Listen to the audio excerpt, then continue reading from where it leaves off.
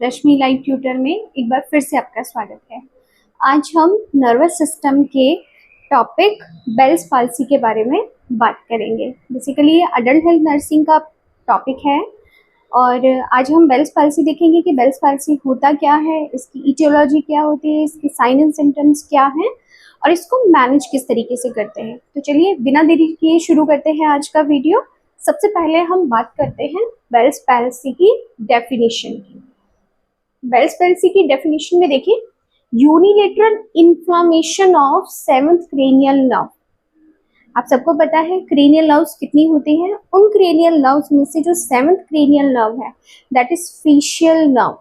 तो जो seventh cranial nerve है उसका पैरालिसिस हो जाता है which result in weakness or paralysis of the facial nerve of the affected side। Affected side का मतलब आइदर ये राइट साइड होगा फेस में, आइदर ये लेफ्ट साइड होगा। दोनों साइड ये नहीं होता है, ये यूनिलेटरल होता है। फेशियल जो नर्व है that is seventh cranial nerve, उसके पैरालिसिस की वजह से देखिए जो फेशियल नर्व है ये ऑक्सीपिटल एरिया है, ये मैंने ईयर बनाया है। ऑक्सीपिटल एरिया के एरिया से निकलती है फेशियल नर्व और फिर ये फोरहेड, आईज, नोज, माउथ में टंग, चिन एंड नेक, इतने एरिया को ये सप्लाई करती है।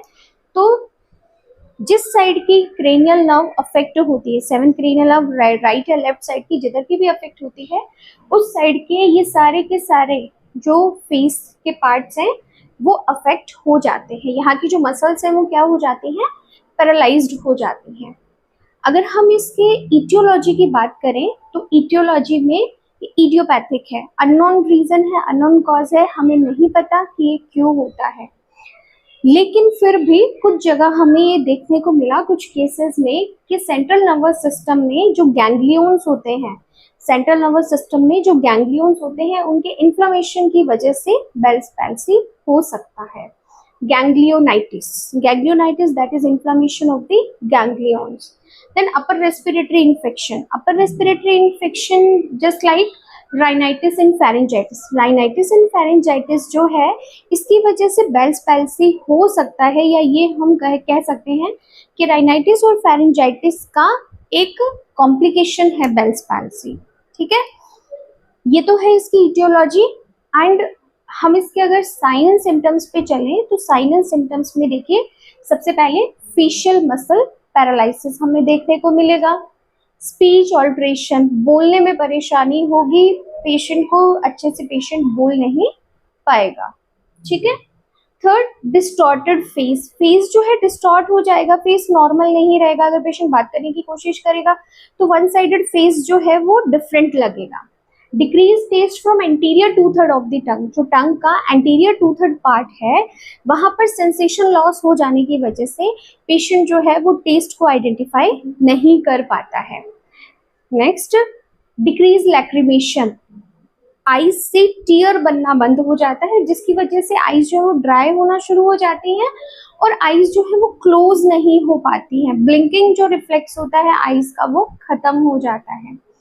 नेक्स्ट, पेनफुल आई सेंसेशन, आंखें बंद करने में पेन होता है और लाइट रिफ्लेक्शन जो है वो अच्छा नहीं लगता। Photophobia that is light reflections जो है वो आंखों को सही नहीं लगता है। एंड डिस्टॉर्टेड बॉडी इमेज भी डिस्टॉर्ट हो जाती है क्योंकि आपका जो फेस है वो प्रॉपरली फंक्शन नहीं कर रहा है। एंड अनेबल टू च्यू और ईट, और जो पेशेंट है उसको खाना चबाने में और खाना निगलने में परेशानी आती है, पेशेंट जो है वो नॉर्मली च्यूइंग या बाइटिंग नहीं कर पाता है। ठीक है, ये तो थे साइन एंड सिम्टम्स की बात। अब हम बात करते हैं डायग्नोस्टिक इवैल्यूएशन की।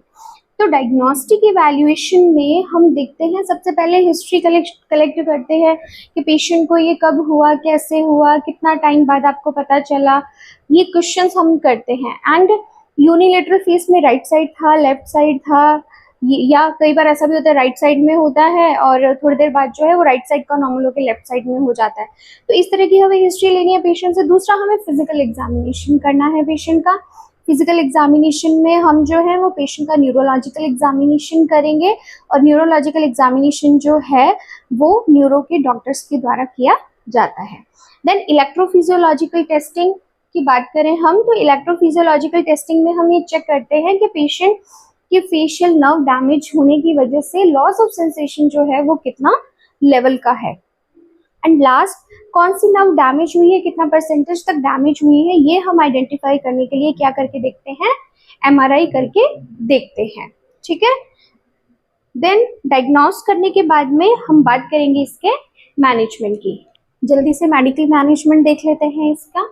मैनेजमेंट की जब हम बात करते हैं तो मैनेजमेंट को हम दो पार्ट्स में डिवाइड कर देते हैं, pharmacological management and non pharmacological management.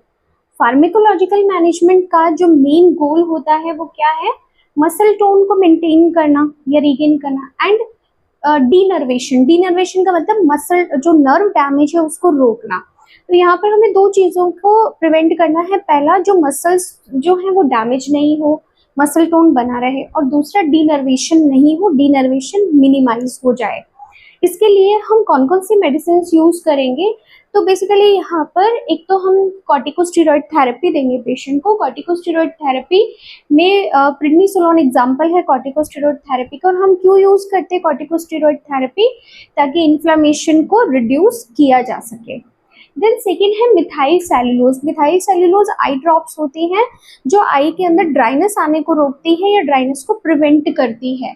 तो आईज के अंदर लुब्रिकेशन को मेंटेन करने के लिए हम क्या करेंगे, मिथाइल सेलुलोज आई ड्रॉप का यूज करेंगे, क्योंकि जो आईज है वो क्लोज नहीं हो पा रही है, यहाँ पर लैक्रिमल प्रोडक्शन हो नहीं रहा, टीयर्स प्रोड्यूस नहीं हो रहे हैं, इसलिए हमें लुब्रिकेटिंग एजेंट यूज करना पड़ेगा। थर्ड, हम analgesics and non steroidal anti inflammatory drugs देंगे पेशेंट को, ताकि पेशेंट को जो फेशियल पेन हो रहा है वो ना हो, फेशियल पेन की वजह से जो पेशेंट को प्रॉब्लम्स आ रही है वो ना हो। और इसके अलावा जो भी प्रेफरेबल ट्रीटमेंट होगा डॉक्टर के थ्रू प्रिस्क्राइब किया गया वो हम यहाँ पर पेशेंट को देंगे।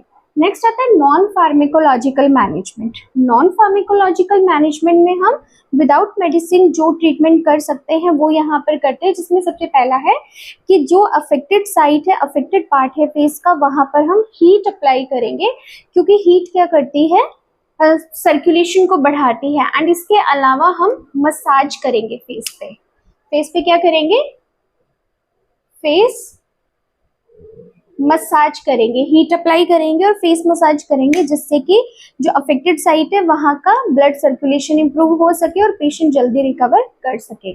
सेकेंड है आईवी फ्लूइड मेंटेन करेंगे पेशेंट का, क्योंकि यहाँ पर पेशेंट जो है ओरली ज़्यादा कुछ खाने पीने में एबल नहीं है। थर्ड, आई पैच प्रोवाइड करेंगे पेशेंट को, ताकि पेशेंट की जो आईज है वो ड्राई ना हो। ठीक है, पेशेंट की आईज को ड्राइनेस से हम बचा सके, इसलिए आईज को आई पैचेस से कवर करके रखेंगे।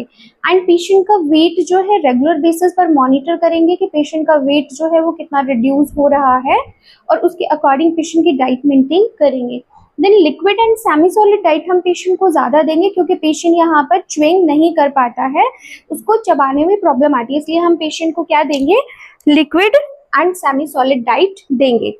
नेक्स्ट हम बात करते हैं नर्सिंग मैनेजमेंट की। नर्सिंग मैनेजमेंट में कुछ नर्सिंग डायग्नोसिस है, यहाँ पर एक एक करके हम इनको डिस्कस करते हैं। सबसे पहला डायग्नोसिस है chronic pain related to physiological alteration of facial muscles.